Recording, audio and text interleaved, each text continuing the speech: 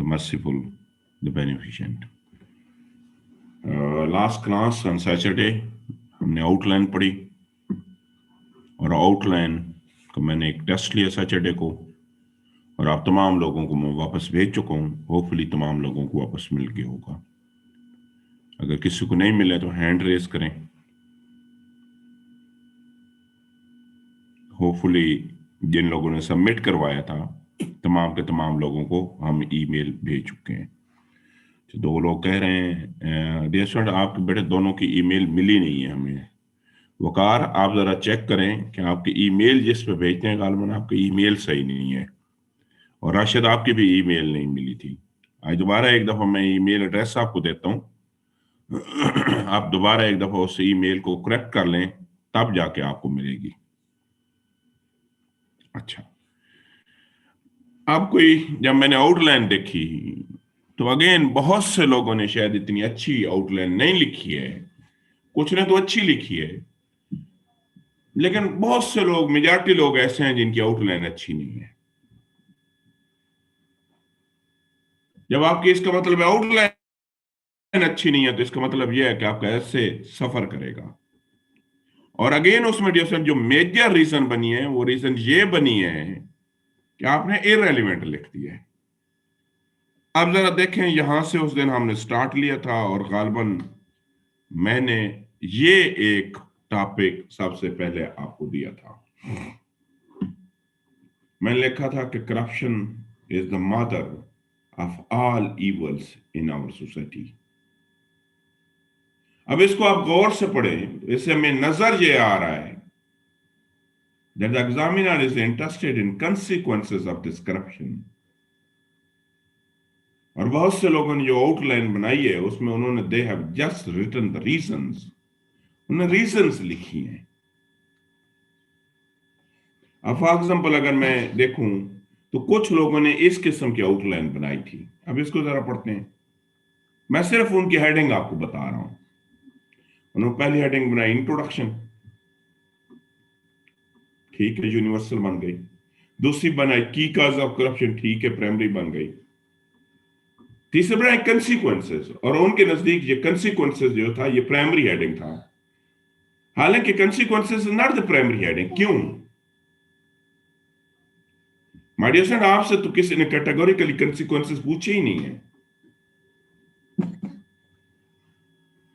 आपसे तो पूछा गया corruption is the mother of all the evils. आपको वो की वर्ड्स इंडिकेट करने पड़ेंगे. यहां पता है करप्शन से क्या इशू होगा अगर आप करप्शन लिखेंगे, सॉरी कंसिक्वेंसेस लिखेंगे. कंसिक्वेंसेस इशू ये होगा कि कंसिक्वेंसेस किसी चीज के पॉजिटिव भी होते हैं, नेगेटिव भी होते हैं. और करप्शन के एक पॉजिटिव कंसिक्वेंस भी है. और क्या है, बहुत से लोग ये हैं कहते हैं कि करप्शन का एक बहुत अच्छा जो कंसिक्वेंस है, जो पॉजिटिव कंसिक्वेंस है, वो ये है कि this always circulate the money.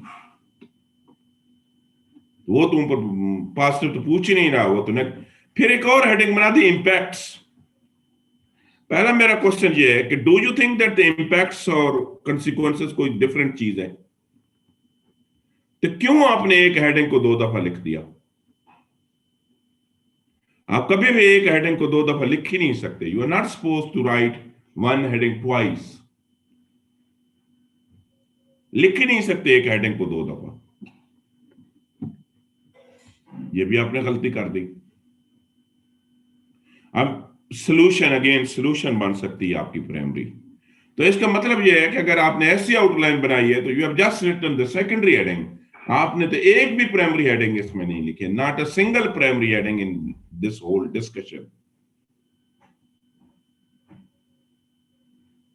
Medicine आ में से कुछ लोगों ने ये आउटलाइन बनाई हुई थी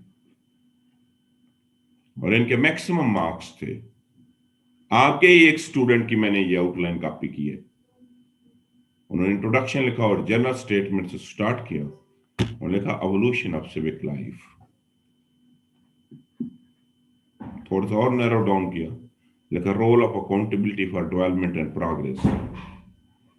नीचे स्पेसिफिक हेडिंग लिखी what does mean by corruption. फिर एक हेडिंग दी की cause of corruption. Secondary heading है बाइफरकेशन नहीं की, अपना टाइम बचाना चाह रहा है, बिल्कुल ठीक है। क्या इससे होगा कि आपके सारे की सारी जो काजेज हैं वो एक ही पैराग्राफ में मर्ज हो जाएंगे। नेक्स्ट लिखा, how corruption is the mother of all evils, primary heading है। पहला सबसे पहला है इंक्रीज इन क्राइम रेट, बिल्कुल ठीक है। नेक्स्ट लिखा प्रमोट अनएम्प्लॉयमेंट, सही लिखा। हालांकि यहां पे थोड़ा और भी आप किया कर सकते थे कि इंक्रीज इन क्राइम रेट को फर्दर बाइफरकेट भी कर सकते थे। deprive talented people from their rights, infuse provincial and ethnic rift, promote clash amongst institutions, restrict economic growth, और enhance lawlessness in the society। उसके बाद एक है, उसके बाद सेकेंडरी हेडिंग लिखी, क्या लिखा, सोल्यूशन टू मिनिमाइज करप्शन, और उसके नीचे आर्गुमेंट्स लिखे और एंड पेडिशन कंक्लूजन लिख दिया। बिल्कुल ठीक है, परफेक्ट आउटलाइन है। इसको और बेहतर किया जा सकता है, इसके आर्गुमेंट्स के सब आर्गुमेंट्स लिखे जाते हैं। तो अब यहां पे जो मेरा दूसरा टॉपिक था, हमारा देखें दूसरा जो टॉपिक था वो, माय डियर फ्रेंड, हमारा topic higher education is an agent of change था।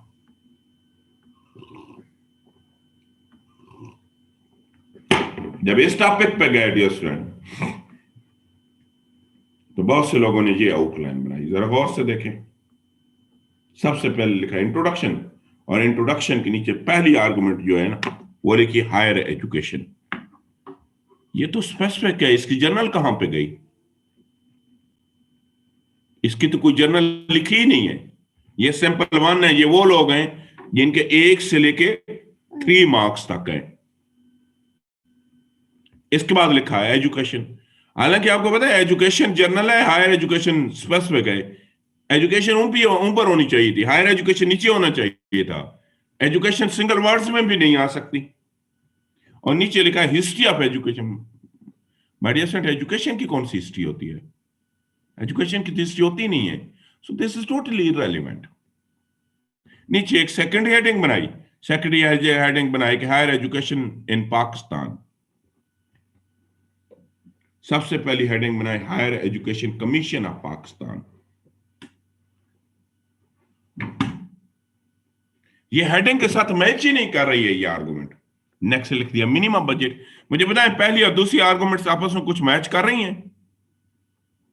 ये तो टोटली वैसे एक irrelevant, just sake of argument लिख दिया। फिर लिखे इंपैक्ट्स ऑफ हायर एजुकेशन। पहला इंपैक्ट लिखा western countries. What does mean bye western countries? ये कौन सा इंपैक्ट है? नीचे लिखा न्यूटन एज अ साइंटिस्ट। ये कौन सा इंपैक्ट है न्यूटन एज अ साइंटिस्ट? या तो यार इसको थोड़ा सा बेहतर करें और लिखें advancement in western countries produce opinion leader like the Newton. और एक और भी इशू है कि ये सारे वर्ड कैपिटल किए जा रहे हैं। ये सी भी कैपिटल कर दिया, ये एस भी कैपिटलाइज कर दिया, फिर सी इस्तेमाल कर दिया। कभी जब दिल कर रहा है कैपिटलाइज कर रहे हैं, जब दिल कर रहा है स्मॉल लिख रहे हैं। फिर लिखा सोशल चेंजेस। ये वो लोग लिखते हैं ऐसी चीजें कि जी social changes and political changes and this changes and that changes, जिन्हें कुछ भी नहीं आता होता। जो बिल्कुल फारिग होते हैं ना वो ये लिखते हैं। नीचे एक और हेडिंग बना दी, higher education an agent of change. मेरे नजदीक तो इंपैक्ट और एन एजेंट ऑफ चेंज एक ही चीज है। फिर एक चीज को 2 दफा क्यों लिखे? फिर नीचे एक हेडिंग दे दी हायर एजुकेशन कमीशन। इसका भी कोई लिंक नहीं है। तो ये वो लोग थे जिनका 0 से लेके 2 मार्क्स आए हैं। अब कुछ और लोग थे, उन्होंने they made like this one, this is sample 2। थोड़ी सी बेहतर की, थोड़ी सी बेहतर की। इंट्रोडक्शन के नीचे पहली बात लिखी एवोल्यूशन ऑफ ह्यूमन सोसाइटीज, बेहतर कर लिया।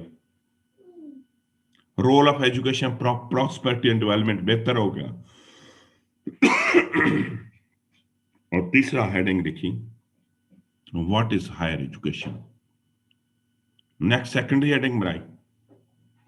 हेडिंग क्या बनाई?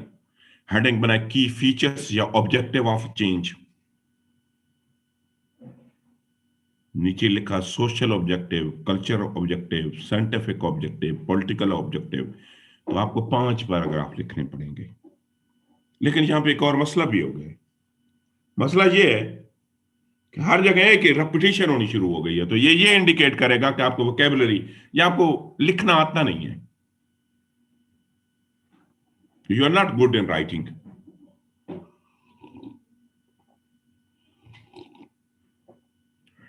कि आपको लिखना नहीं आता अगर आप ऐसा रखेंगे तो।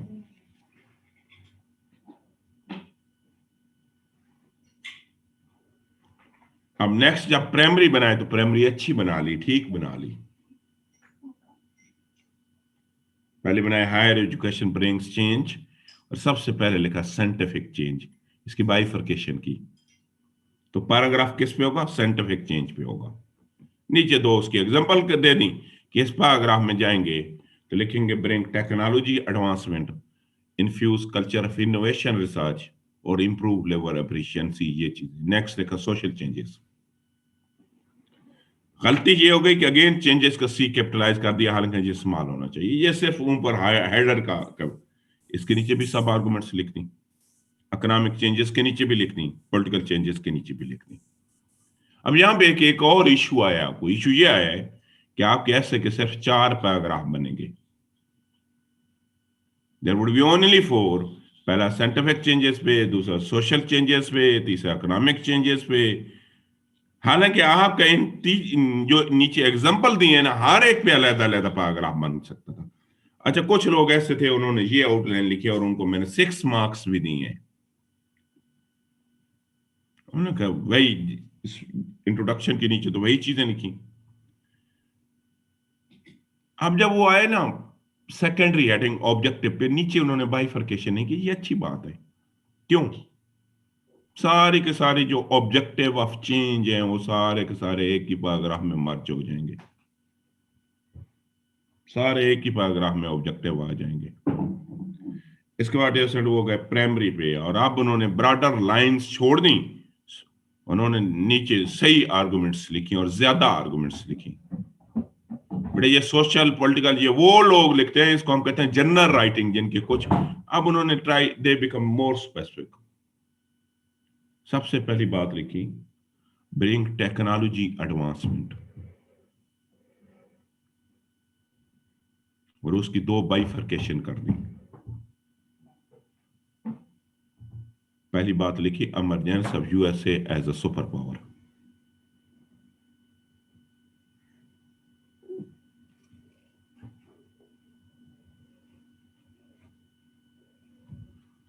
दूसरी आर्गुमेंट लिखी create consciousness among the citizens. Again दोबारा बाइफर्केशन कर दी, वजाहत कर दी। French revolution and occurrence of Arab springs, improve labor efficiency, education institution act as a think tank, produce opinion leader like Karl Marx, infuse culture of innovation and research। मेरे पास slide में जगह नहीं थी, नहीं तो हर आर्गुमेंट्स की मैं further सब आर्गुमेंट्स लिखता।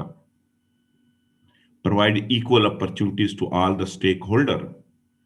अब थोड़ी सी मैंने दूसरा मेथड अडॉप्ट किया, कॉलन वाला, victory of Barack Obama from black community of USA.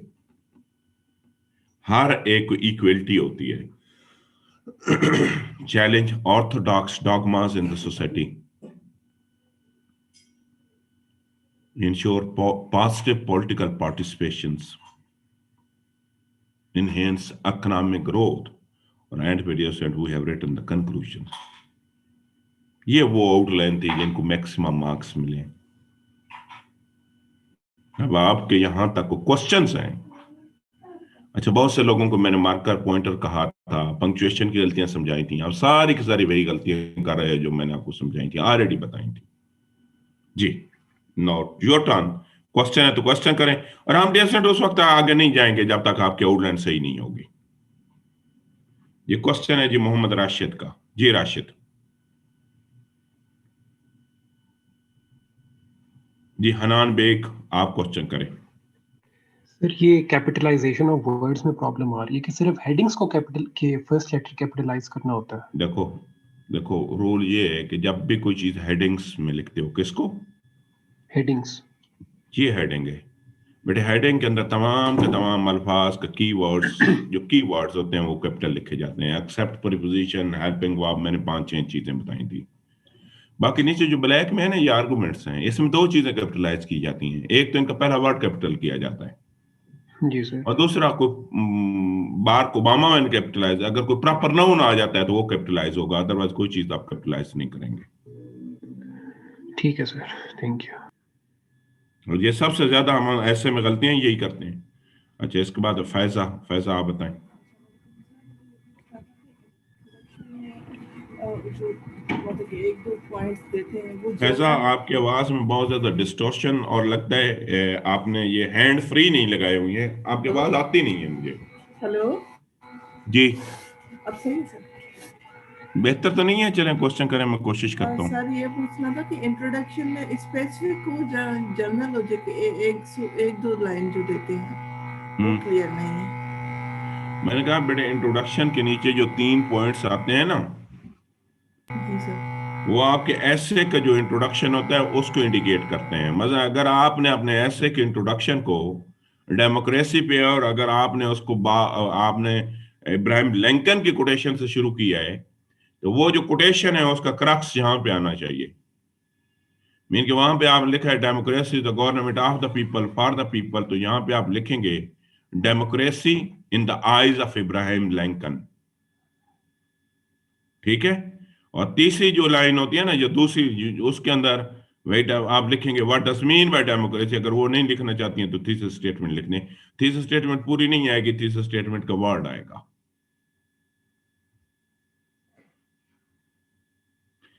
आपने स्पेसिंग का रूल तो बेटा वही है कि हर वर्ड के बाद स्पेस दी जाती है, दो हेडिंग्स के दरमियान में कोई स्पेस नहीं होती।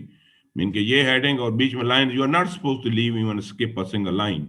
ऐसा क्लियर हो गया आपको? जी सर, क्लियर हो गया। अच्छा, अब यहाँ पे ना एक और चीज मैं जरा समझाने की कोशिश करता हूँ।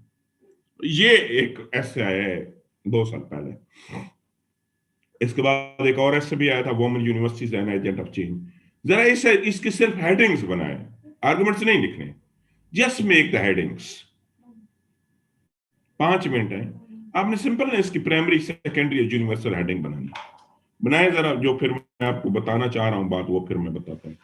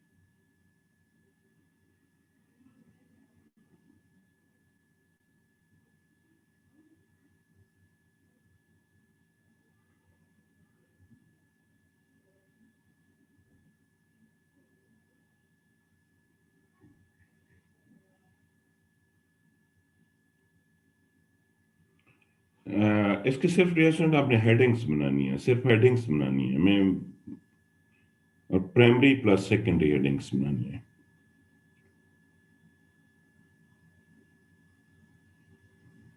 आप में से जो इस ईमेल पे आप भेजते हैं ना, एक दफा चैट बॉक्स के अंदर कोई एक दफा ईमेल लिख ले, वकार उस ईमेल को देख लें, उस ईमेल पे भेजा करें, कल वाला भी उसी पे भेज देना।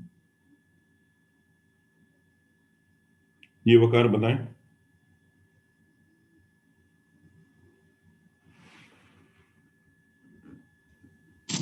जी ठीक है सर। ये लिख दिया, एक अपना फ्रिया ने लिख दिया।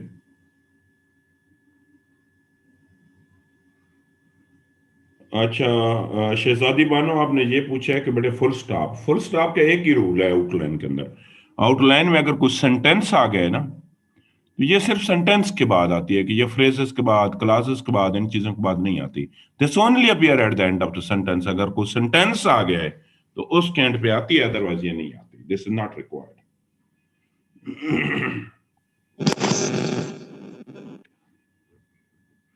अच्छा देखें डियर, ये एक आउटलाइन मैंने लिखाई है, और बिलीव में ये वही आउटलाइन है जो आपने पीछे लिखी थी, कोई फर्क नहीं है इन दोनों में। ये देखो, classroom decide the future of education and higher education and agent of change. ये दोनों के दोनों एजुकेशन के बेनिफिट्स के मुतालिक हैं कि एजुकेशन के बेनिफिट्स क्या है। इसकी आउटलाइन ऐसे बनेगी, 90% आउटलाइन रिपीट होगी। हमने कहा एवोल्यूशन ऑफ ह्यूमन सोसाइटीज, और नीचे हमने रोल ऑफ क्लास, सॉरी ये क्लास नहीं है, दिस इज, मैं एक मिनट ठीक कर लेता हूं, role of classroom for prosperity and development.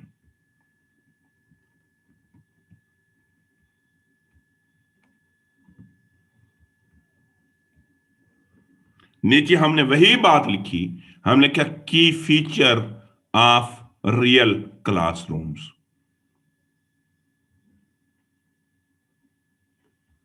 जब हम आगे गए तो हमने लिखा how classroom decide the future of nation. Simple word, और वही आर्गुमेंट है, थोड़ा सा आर्गुमेंट की पोजीशन चेंज हो जाएगी। हमने कहा bring discipline, promote gender respect, encourage learning of new disciplines. Classroom act as a think tank, create consciousness among citizens, produce opinion leaders, infuse culture of innovation and research, reduce extremism, provide equal opportunity, challenge। देखो सबसे पहले ये जो dogma society के अंदर ईवर्स होते हैं, इन पे, इनके खिलाफ क्लासरूम्स में बातें होती हैं। इन पॉलिटिकल पार्टी से सबसे पहले जो इलेक्शन होता है वो सीआर का, वो क्लासरूम से इलेक्शन स्टार्ट होते हैं। तो इस वजह से अगर एजुकेशन का, या डेमोक्रेसी का, या बहुत से ऐसे हैं, बिलीव मी, अगर आपने एक अच्छा ऐसे किया हुआ है ना,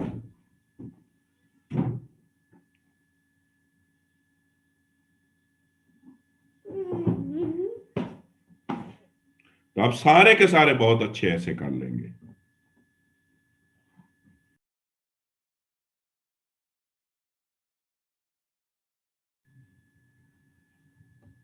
क्लियर हो गया? आज हम एक और आउटलाइन, आज मैं बहुत से टॉपिक आपको दे रहा हूं, ये करें। और ये सारे के सारे वो टॉपिक हैं जो शायद रिकमेंडेड टॉपिक्स हैं, और कोशिश करनी चाहिए आज आप तमाम के मोर देन 6 मार्क्स आने चाहिए। It should be some extra ordinary effort. जिस दानिश यहाँ पे क्लासरूम जो है वो एजुकेशन के लिए यूज किया गया है, लेकिन वर्ड आपने एजुकेशन नहीं लिखना, वर्ड आपने क्लासरूम में लिखना है। और टाइम है 9:30 तक, 9:30 तक ये आप मुझे असाइनमेंट सबमिट करवाएंगे। और मेरी रिकमेंडेशन ये है कि आखिरी 3 टॉपिक्स पे लिखें, या तो डीग्लोबलाइजेशन पे लिखें, या हेल्थ और बेसिक एजुकेशन पे लिखें, या कोविड पे लिखें। जी फैजा बताएं। सॉरी अगेन वही मुझे इंट्रोडक्शन का था कि जैसे आपने एवोल्यूशन का है, जैसे मैं अगर कोई टॉपिक लिखती है जैसे Pakistan is a rich in resources and poor in merit, उसके बाद मैं इंट्रोडक्शन में पाकिस्तान की पहले तारीफ देती हूँ कि ब्लेस्ड है ये, तो सर उसमें इंट्रो के बाद मेरी कौन सी लाइन आएगी? आपने अगर अपना इंट्रोडक्शन वहां से स्टार्ट किया है कि पाकिस्तान इज ब्लेस्ड कंट्री, तो आप लिखेंगे variety of nation resources in Pakistan. Variety of nation, जी, existence of variety of resources in Pakistan, पहली लाइन ये आ जाएगी। एग्जिस्टेंस, जी सर रिपीट कीजिएगा थोड़ा। मैंने कहा आप लिखें existence of so many nature resources in Pakistan.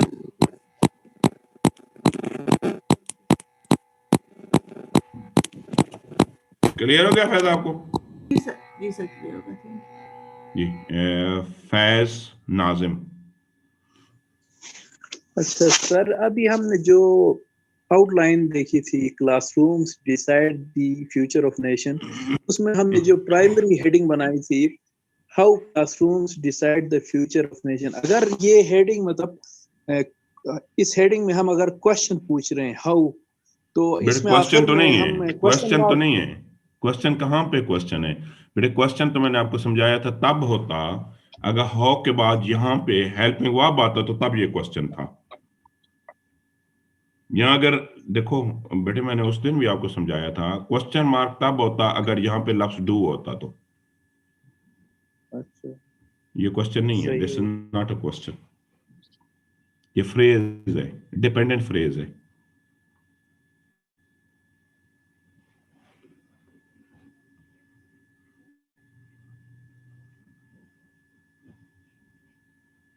जी फैज आपको क्वेश्चन भी हो गए? जी सर। जी नेक्स्ट क्वेश्चन मैं ले लेता हूँ। क्वेश्चन नहीं है अब, सॉरी सिद्रा का क्वेश्चन है। जी सिद्रा। सर मैंने ये क्वेश्चन मार्क का ही पूछना था कि ये क्वेश्चन इस तरह से नहीं आउटलाइन में लिखते? कैसे? सर हाउ डू अगर लगा दे तो मतलब, या कोई ऐसे भी और लिख भी? सकते हैं, अगर लिखना चाहते हैं तो लिख दें, अगर ऐसे लिखना है तो इधर क्वेश्चन मार्क डाल दें, ऐसे भी लिख सकते हैं। ठीक है सर। मैंने यही कुछ लोग कहते थे ना कि क्वेश्चन मार्क नहीं लिखते इस तरह से आउटलाइन में, तो वो आपकी मर्जी है, इसलिए। दिस इज योर ऑप्शन, लिखें या ना लिखें। ठीक है सर। अगर हेल्पिंग वर्ब सिर्फ डू आएगा तो फिर भी एंड पे क्वेश्चन मार्क नहीं आएगा ना? जी हाउ खत्म हो जाएगा तो डू आएगा, तो तब भी क्वेश्चन आएगा। ठीक है, तब भी क्वेश्चन मार्क आएगा? आएगा डू। देखो हेल्पिंग वर्ब जब भी स्टार्ट में आता है तो क्वेश्चन मार्क तब जरूरी आता है।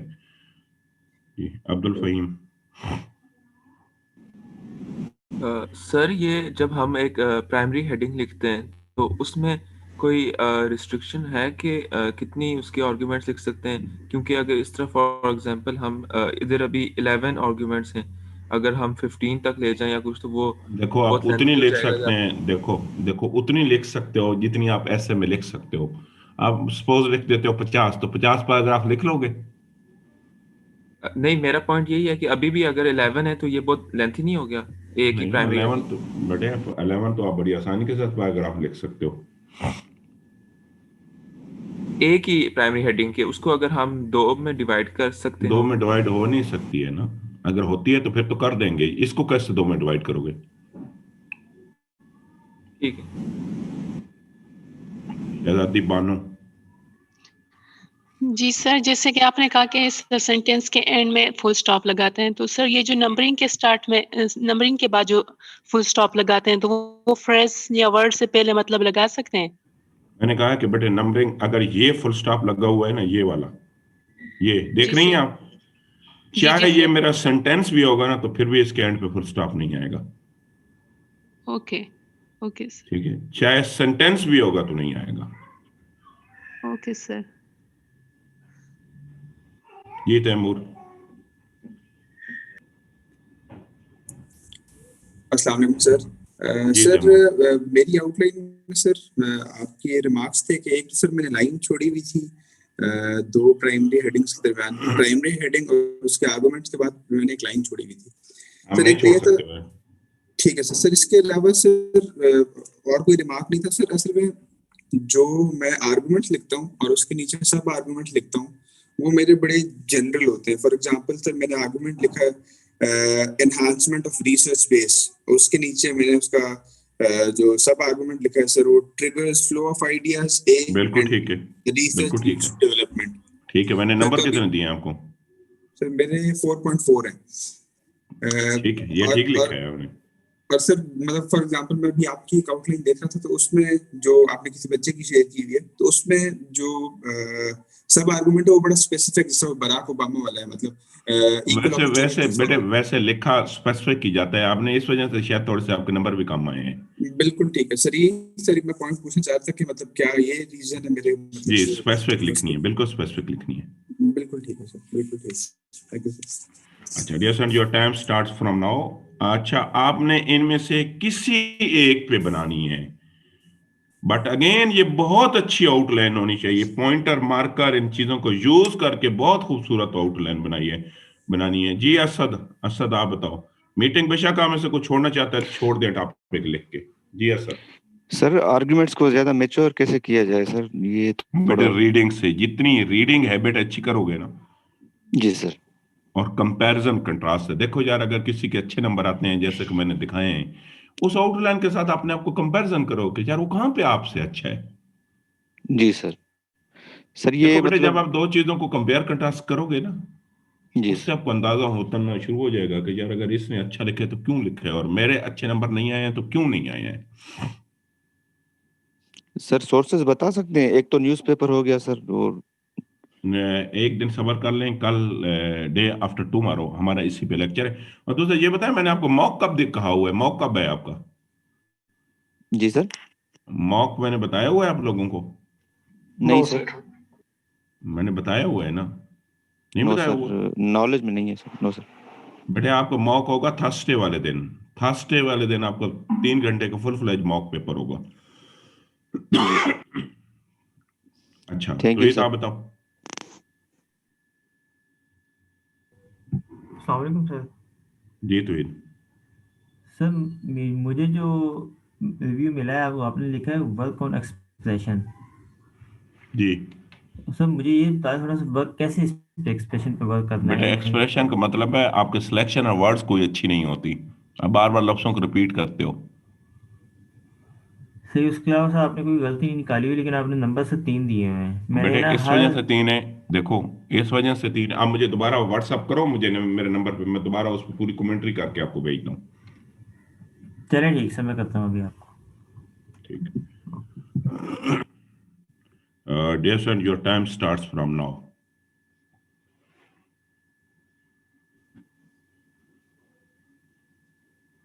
मीटिंग अगर आप लीव करना चाहते हैं तो लीव कर सकते हैं, क्योंकि 5-10 मिनट बाद मैं भी इसको खत्म कर दूंगा। जी वकार, वकार बताएं। सर एक बार जरा प्लीज चेक कीजिएगा, मैंने अभी दोबारा अपनी वो आउटलाइन वो सेंड जब मैं की है। अकेडमी में जाऊंगा तो वहां से चेक करूंगा। ठीक है, आपको मिल जी जाएगी, ठीक, क्लास से पहले पहले मिल जाएगी। जी ठीक, थैंक यू।